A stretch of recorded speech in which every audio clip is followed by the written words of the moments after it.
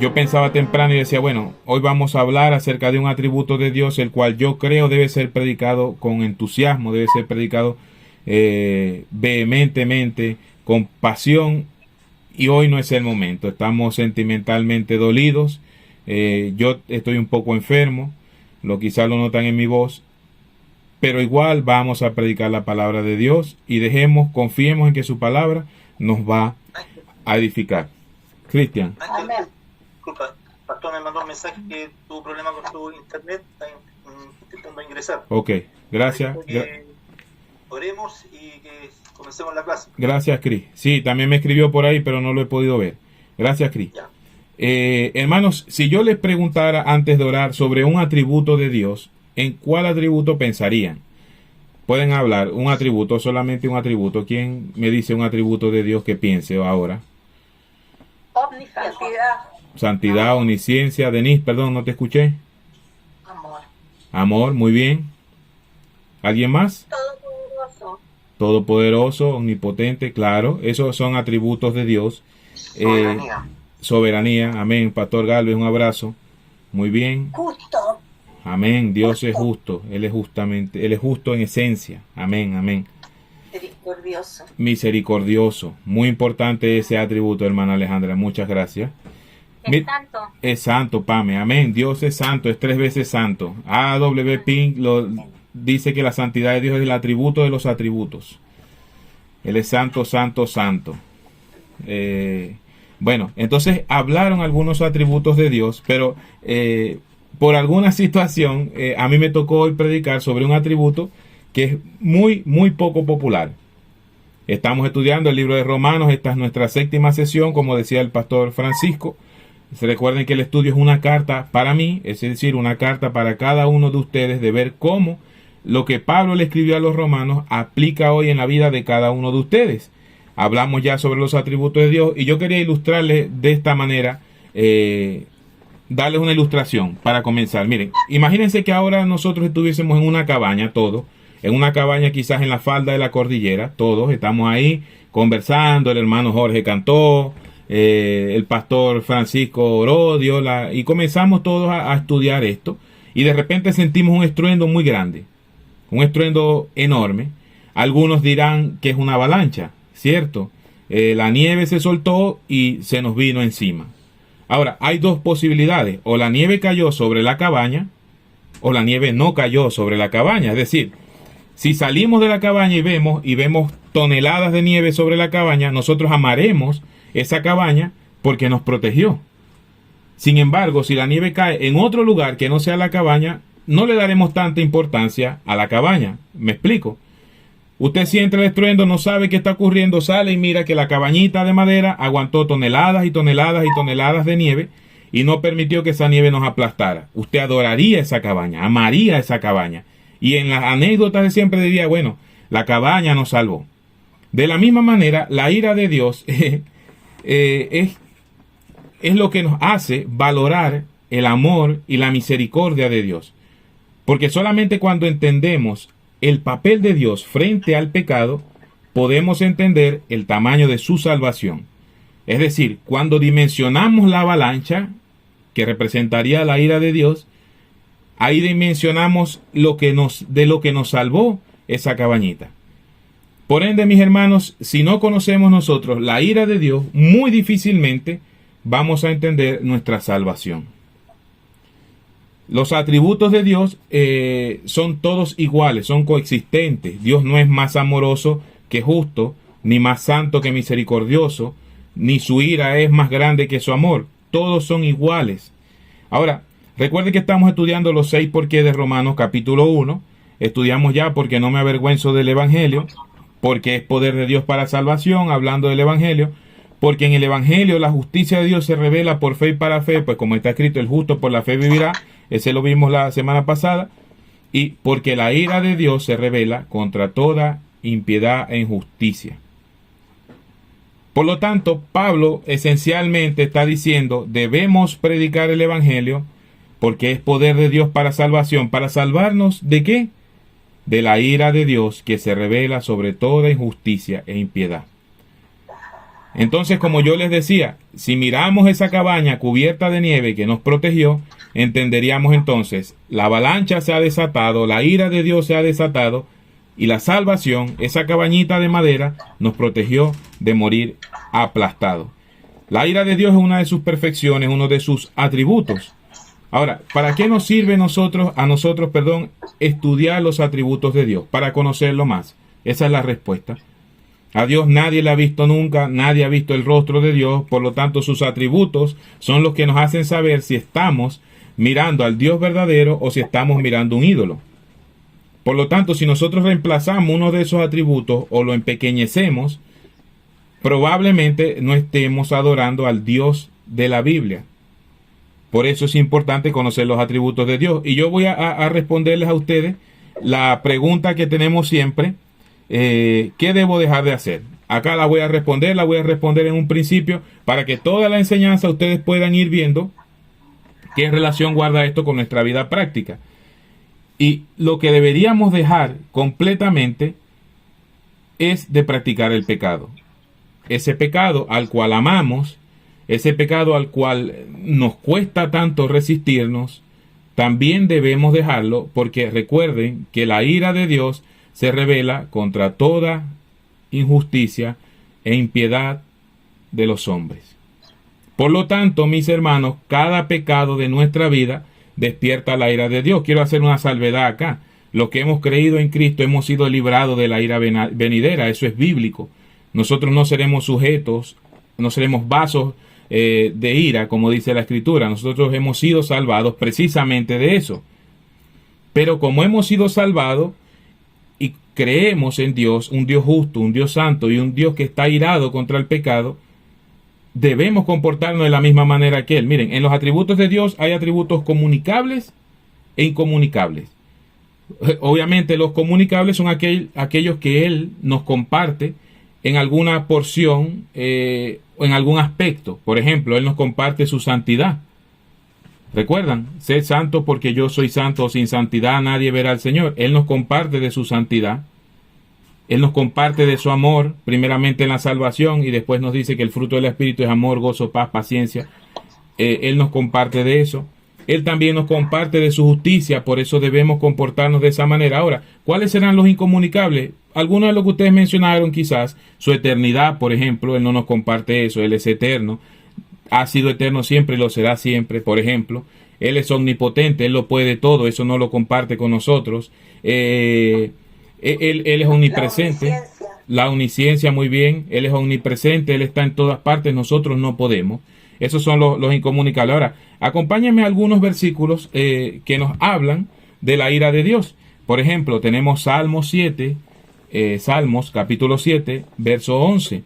Y aquí yo quiero hacer algo, y por favor, hermanos, vamos a esperar a terminar la idea para que entendamos el mensaje. Miren, Salmos capítulo 7, verso 11 dice: Dios es juez justo y Dios está irado contra el impío todos los días. Dios es juez justo y Él está irado contra el impío todos los días. ¿Ha escuchado usted la frase Dios ama al pecador pero odia al pecado, o Dios odia al pecado pero ama al pecador? ¿Qué pasa con esa frase cuando la enfrentamos a este versículo? Recuerden, antes de todo, cuando empecé a hablar les dije que los atributos de Dios coexistían perfectamente entre ellos. Esto quiere decir, en términos sencillos, que Dios puede amarnos y mantener su ira sobre nosotros al mismo tiempo sin ningún problema. Dios puede hacer lo que Él quiera, Él es Dios. Pero cuando nosotros damos esto como una verdad, incluso personas que dan esto como una verdad bíblica absoluta, tienen un problema con este versículo, por ejemplo. Y yo, estudiando un poquito, me di cuenta que esa frase es de Gandhi, de Mahatma Gandhi, el hinduista. Ahora, no porque sea de Gandhi tiene que ser antibíblico, ojo, porque alguna persona puede decir una frase que esté de acuerdo con la Biblia sin ser un religioso, digámoslo así, o sin pertenecer a nuestra fe. Pero el hecho de que Dios sea juez justo y que y que Él está irado contra el impío todos los días, entonces nos pone en un poco complicada la situación, tratando de defender la idea que Dios ama al pecador pero odia al pecado. Más adelante lo vamos a solucionar. Busquemos otro versículo. Segundo libro de Reyes, capítulo 22. En el segundo libro de Reyes, en el capítulo 22, en el versículo 8, encontramos, por temas de tiempo, no lo vamos a leer todo, pero básicamente la historia, el rey Josías manda a arreglar el templo, y cuando llegan al templo consiguen un rollo de la ley, probablemente haya sido el libro de Deuteronomio. El sacerdote de aquel momento, que se llamaba Hilcías, trae el rollo y se lo muestra al rey. Dice la Biblia que el rey, cuando escuchó lo que le leyeron, o cuando leyó lo que decía ahí, rasgó sus vestiduras. Esto es que se entristeció. Desesperadamente él entendió que la ira de Dios estaba sobre su pueblo. Él entendió esto. El libro probablemente haya estado perdido en algún lugar. Era un rollo en ese tiempo. Y cuando leyeron lo que estaba escrito ahí, el rey dijo, ¿pero qué estamos haciendo? Él envía una comitiva a la profetisa Hulda, y ella, hablando en el nombre de Dios, le dice, mi ira se ha encendido contra este lugar y no se apagará. Eso dice el Señor en aquel momento. Ahora, miren aquí cómo coexisten perfectamente los atributos de Dios. Sin embargo, desde el versículo 18 en adelante, Dios promete misericordia al rey y le dice que morirá antes de ver todo eso. Ahora, ¿no le llama la atención, hermano, que hoy en día, precisamente hoy, y mire que este comentario lo hice yo hace una semana atrás, precisamente hoy el Señor nos enseña que la muerte de sus siervos muchas veces es beneficiosa incluso para sus mismos siervos? Miren cómo el Señor nos habla. El Señor dice, sí, mi ira de Dios se ha encendido contra el pueblo, pero al rey lo voy a traer con sus padres, creo que es la palabra que usa, lo traeré a dormir antes de que esto suceda. Por medio de la muerte, Dios libra a su siervo de su justicia, de su ira. ¿Lo ven aquí? De la misma manera que Él libra a su siervo, también prepara la ira contra aquel pueblo. Y recordemos que el pueblo de Israel, de hecho, por muchos años, por muchísimos años, tanto el Israel de la época bíblica como el Israel actual, ha tenido gobernantes que administran la justicia de Dios en contra de ellos. Dios usa a los gobernantes también como vara de juicio. Pero no pierda la idea de que estamos viendo cómo coexisten la ira y el amor de Dios en perfecta, digamos, relación. No es más justo o no está más airado que lo que puede ser misericordioso y lo que puede amar a su pueblo. El Salmos capítulo 2, el versículo 2, un salmo muy conocido, dice, se levantarán los reyes de la tierra y príncipes consultarán unidos contra Jehová y contra su ungido. Recuerden que los salmos fueron escritos antes de Cristo, esto es una profecía mesiánica. El que mora en los cielos se reirá, es decir, el Señor se burlará de ellos y luego hablará de ellos en su furor y los turbará con su ira. Serví a Jehová con temor y alegraos con temblor. Honrad al Hijo para que no se enoje y perezcáis en el camino, porque se inflama de pronto su ira. Y termina diciendo, bienaventurados todos los que en Él confían. Acá hay dos promesas, una para aquellos que, digamos así, rechazan a su ungido y dice que su ira se va a derramar sobre ellos, pero como esto es verdad, también es verdad que somos bienaventurados los que confiamos en el Señor. Otra vez, su amor y su ira pueden convivir o coexistir perfectamente. Juan 3:36, famosísimo. Siempre para enseñar en la calle un buen versículo, Juan 3:16, y hacer el juego de números con Juan 3:16. El que cree en el Hijo tiene vida eterna, eso se lo saben ustedes. Pero el que rehúsa creer en el Hijo no verá la vida, sino que la ira de Dios está sobre él. Fíjense que no dice está sobre sus pecados, dice que está sobre el individuo. La ira de Dios es algo no impersonal. Es decir, el furor de Dios se enciende contra los individuos, no contra sus acciones. Bueno, también contra las acciones, pero también los individuos son objeto de la ira de Dios. ¿Qué individuos? Aquí nos dice, el que cree en el Hijo tiene vida eterna, pero el que se rehúsa a creer es ese, en el Hijo, no verá la vida, sino que la ira de Dios está sobre él. Ahora, hay versículos que también nos enseñan que Dios ama al pecador. Por ejemplo, Juan 3:16, de tal manera amó Dios al mundo que ha enviado a su Hijo unigénito para que todo aquel que en él crea no se pierda, mas tenga vida eterna. Nos dice Efesios capítulo 2 que cuando nosotros estábamos muertos en delitos y pecados, Dios nos salvó. También dice la Biblia que nosotros estamos en Él no porque nosotros lo amamos, sino porque Él nos amó primero. O en esto muestra su amor para con nosotros, que siendo aún pecadores, Cristo murió por nosotros. Ahora, hermanos míos, ¿cómo funciona esto? Y yo espero que el Señor me ayude aquí. Dios ama al pecador con un propósito, y es que él se arrepienta de su vida y se vuelva a Cristo. La cruz, el sacrificio de la cruz está reservado, para los que creen en Él. Si no fuese así, nosotros fuéramos universalistas, es decir, creeríamos que todos se fueran a salvar. Dios ama al pecador. Hay un versículo que se usa mucho. La gente cuando está viviendo en pecado generalmente sí, es que Dios vino a buscar pecadores, o Dios vino a buscar enfermos, no a sanos. Eso la gente lo usa como excusa siempre para no creer en Cristo. Pero la idea del versículo sigue adelante, dice, para que procedan al arrepentimiento. Entonces la idea de Cristo ha sido venir a buscar personas para que esas personas procedan al arrepentimiento y se pongan al día en las cuentas con el Señor. Dios no viene a dar su amor a derramarlo en balde, o sea, no viene a derramar su amor insatisfactoriamente. Él derrama su amor para con nosotros, como dice la Escritura, que siendo un pecador, Cristo murió por nosotros. Ahora, ¿qué pasará con aquellos que se rehúsan al sacrificio de Cristo? Juan 3:36 lo dice, ya su ira está sobre ellos. Debemos alabar a Dios, hermano, porque Dios nos ha salvado de esa ira. Su salvación es tan grande como la ira misma, porque recuerde que la sangre de Cristo debió cubrir sus pecados y lo protege hoy en día de la ira venidera. Ahora, quiero leerles en el diccionario Holman el concepto de la ira de Dios. Cuando se emplea en relación a Dios, escuche bien, la ira se refiere a su oposición absoluta al pecado y al mal.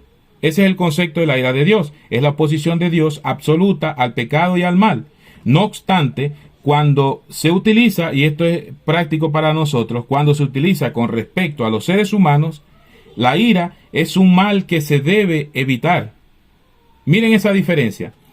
Cuando hablamos de la ira de Dios, es uno de sus atributos, pero cuando hablamos de la ira de los hombres, es un mal que muchas veces debe ser evitado. En este sentido, debemos imitar a Dios en su santa ira y genuina contra el pecado sin excepción. Nuestra ira hacia el pecado es lo que Dios nos comparte desde sus atributos, desde sus perfecciones, pero nuestra ira fundada en nuestras concupiscencias, en nuestras pasiones, generalmente está mal. El Antiguo Testamento, sigue diciendo Holman, habla con mucha frecuencia sobre la ira de Dios. También habla sobre la ira humana. Sin embargo, la ira de Dios se menciona 3 veces más. Estos términos antropomórficos no se deben interpretar como que Dios se le atribuyera una pasión irracional que con tanta frecuencia se halla en el hombre. Una característica de la ira de Dios es que Dios no es un niño malcriado que se va a molestar por algo que usted haga y le va a dejar de hablar o no va a querer comer. No. Recuerden que cuando hablamos de estos términos como la ira de Dios o el amor de Dios son infinitamente mejor que nuestros sentimientos humanos. Sin embargo, Dios en su sabiduría nos ha planteado esas palabras para que nosotros entendamos su carácter. La ira divina no es un capricho, sino que siempre se presenta como la reacción moral y ética ante el pecado. Recuerde eso, la ira de Dios se menciona con tanta frecuencia en el Nuevo Testamento. Tampoco existe una riqueza en el vocabulario que sea tan amplia como la del Antiguo Testamento, y dice que hay solo 2 términos para ira de Dios en el Nuevo Testamento. Ambos se utilizan para representar la pasión humana como el atributo divino. Pero cuando habla de la pasión humana, generalmente está en lista de pecados. Por lo tanto, hermanos, su ira debe ser justificada en la palabra de Dios. Miren, hemos entonces entendido que es un atributo de Dios. Preocupantemente no se enseña tanto como se debería.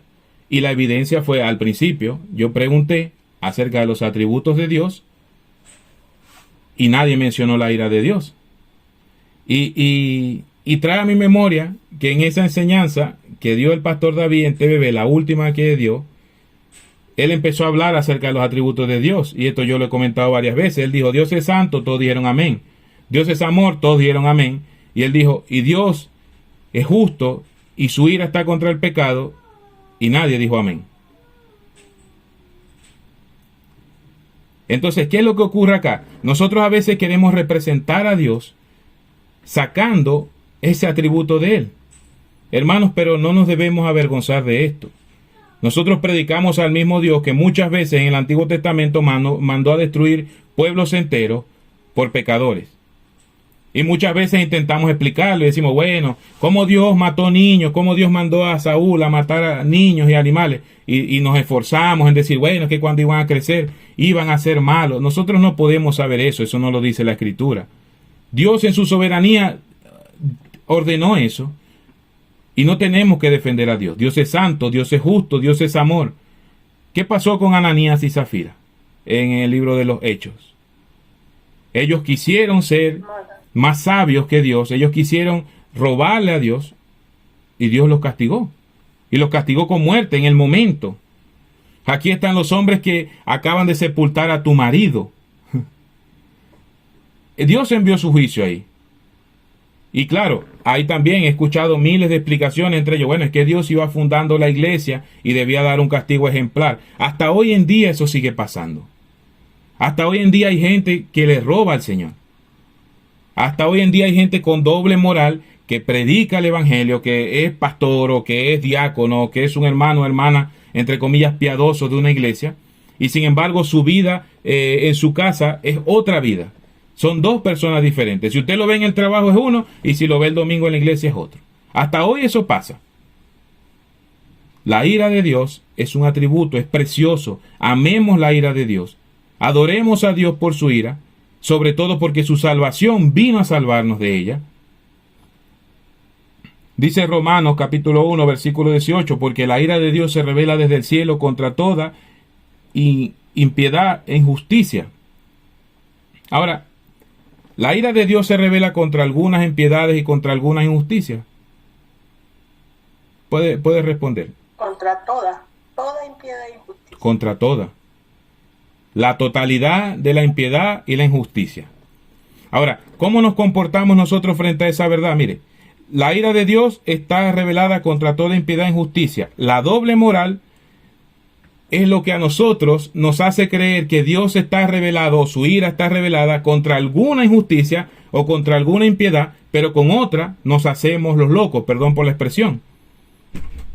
Es decir, les doy un ejemplo. Hace unos meses atrás salió una película que se llamaba Sonido de Libertad, seguramente la recuerdan.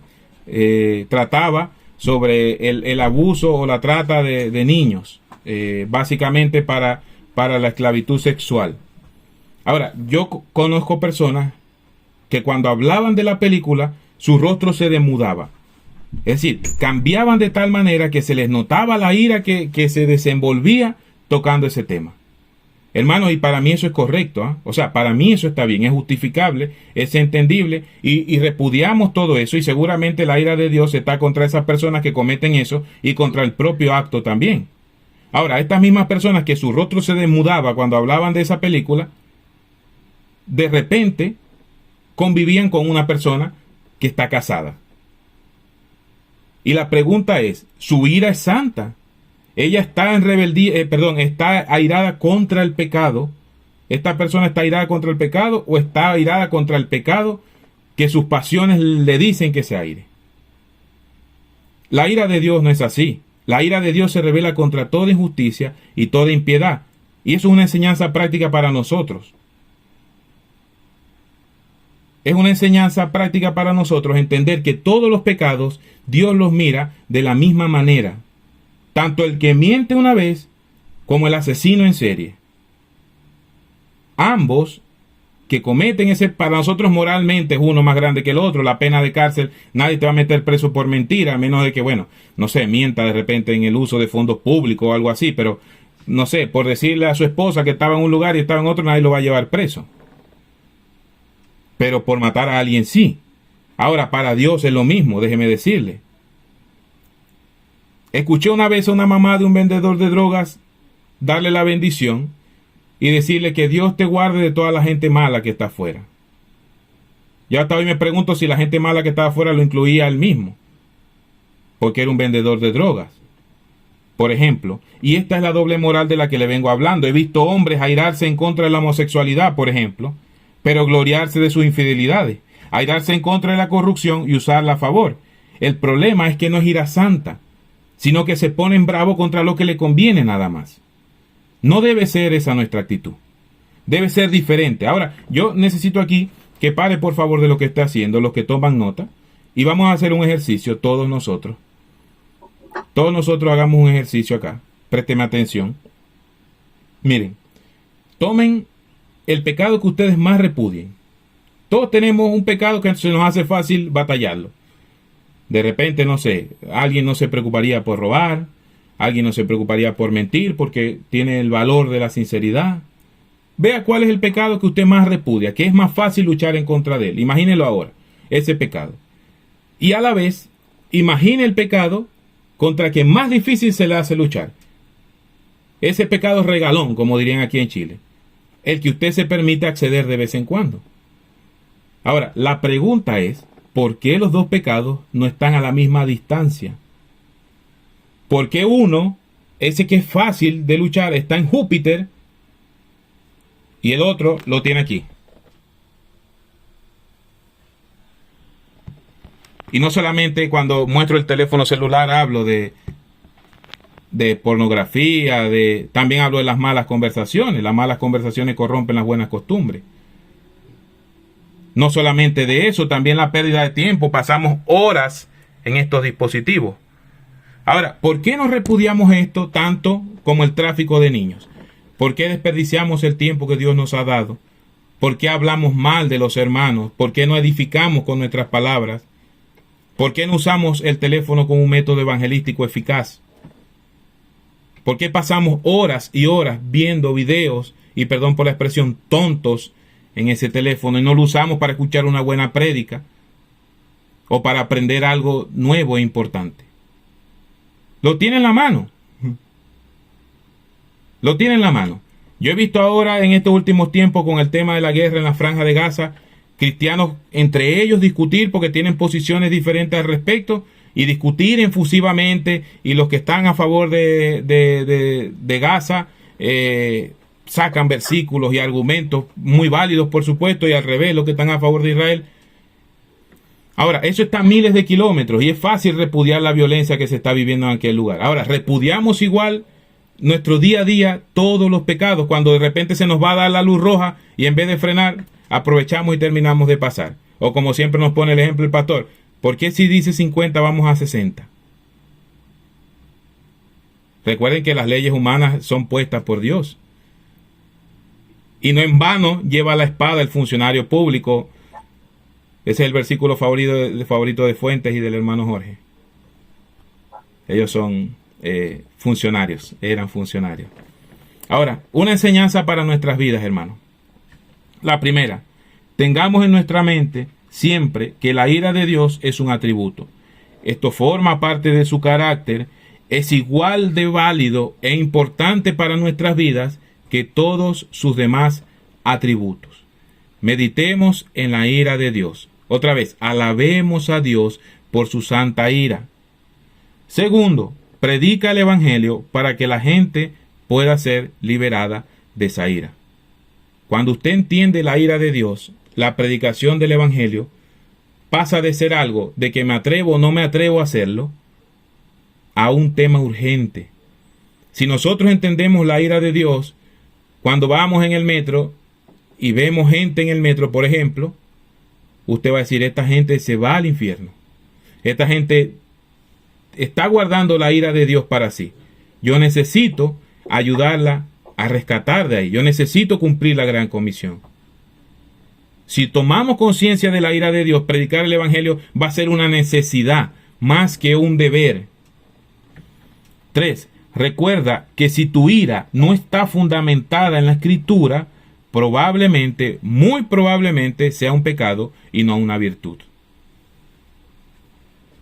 Otra vez, cuando usted siente repudio excesivo por algunos pecados, pero con otros es permisivo, esa no es la imagen de la ira de Dios que Él comparte con nosotros.